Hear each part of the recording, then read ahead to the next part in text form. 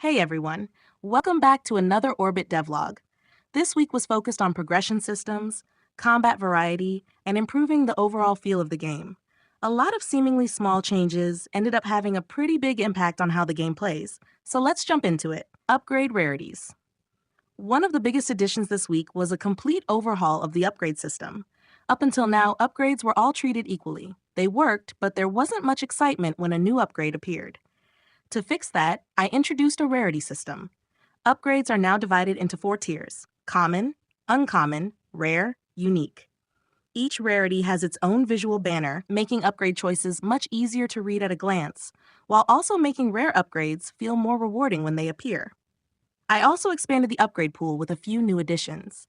The first are upgraded versions of existing upgrades: HP++, Reload++. These are stronger versions of their standard counterparts and come with bonus effects. HP++ immediately heals the player when selected, while Reload++ instantly refills your current ammunition. The goal here is to create more meaningful upgrade choices and give players more opportunities to adapt their build during a run. Fixing the upgrade menu. While working on the upgrade system, I discovered a pretty serious bug. Because of the selection animation and menu fade-out timing, players could repeatedly click the same upgrade before the menu fully closed. This meant a single upgrade could be applied multiple times. Not exactly balanced. To solve this, I completely reworked the selection process. Now, as soon as an upgrade is chosen, all further input is disabled, buttons become inactive, the selected upgrade can only be applied once. It's a simple fix, but it closes a pretty major exploit. The reroll system. Another addition was the introduction of upgrade rerolls. Originally, this was just a developer tool. I wanted a faster way to test upgrades without repeatedly playing through entire runs. But after using it for a while, I realized it could also become an interesting gameplay mechanic. The system allows players to regenerate their available upgrade choices and potentially hunt for stronger options. I also added a dedicated reveal animation to make rerolls feel more satisfying. For now, it's mainly helping with testing and balancing, but I can definitely see it becoming a larger part of progression in the future. Yet another movement redesign.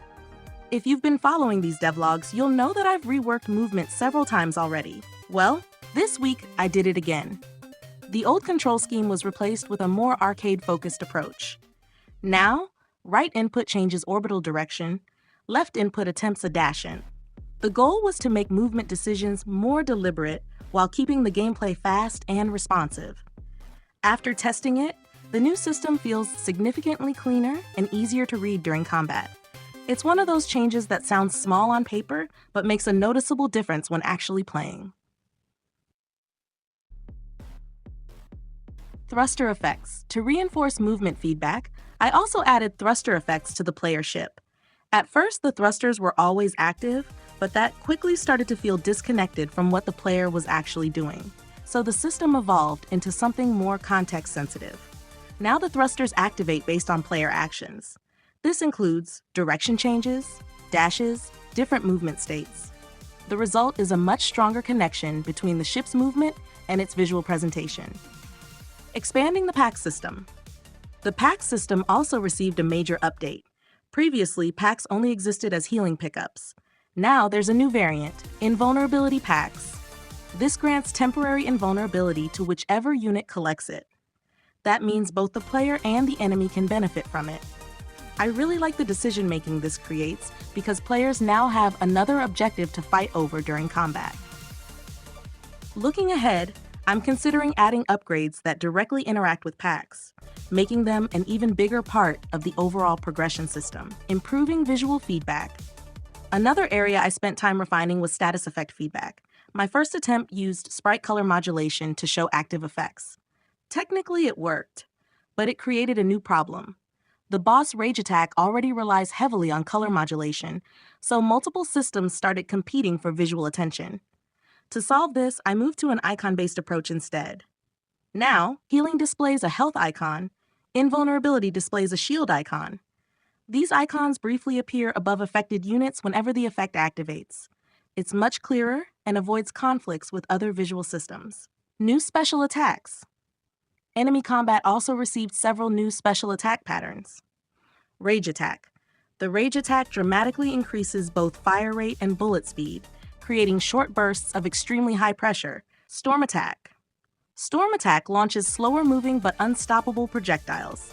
These attacks use predictive targeting, forcing players to think ahead and reposition carefully. Split Shot Attack. Split Shot fires multiple projectiles simultaneously across a wider angle. This increases positional pressure and makes movement much more important. These special attacks are introduced throughout later phases, helping encounters feel less predictable and more varied from run to run. More phases, more chaos. Enemy phase progression continued expanding as well. New phases now introduce additional projectile visuals, new special attack combinations, greater combat complexity. I've also started experimenting with content for Phase 7. Some of the ideas involve trapping mechanics and more advanced predictive attack patterns, although those are still very much work in progress. General polish. Alongside the larger systems, I also made a lot of smaller improvements throughout the project. These include a custom UI font, improved health and ammo readability, more projectile visual variety, better upgrade presentation, improved phase scaling, various balancing adjustments, and bug fixes. Wrapping up, overall, this update was focused on making Orbit feel more complete. The upgrade system gained rarities and rerolls. The pack system expanded beyond healing. Combat gained several new special attacks. Movement was redesigned once again. And a lot of visual feedback systems were improved to make everything easier to read during gameplay. Orbit is still heavily focused on quick arcade-style runs, but each update is adding more opportunities for player choice and adaptation. Next up will likely be more Phase 7 content, additional attack patterns, and further expansion of the progression systems. Anyway, thanks for watching, and I'll see you all in the next devlog.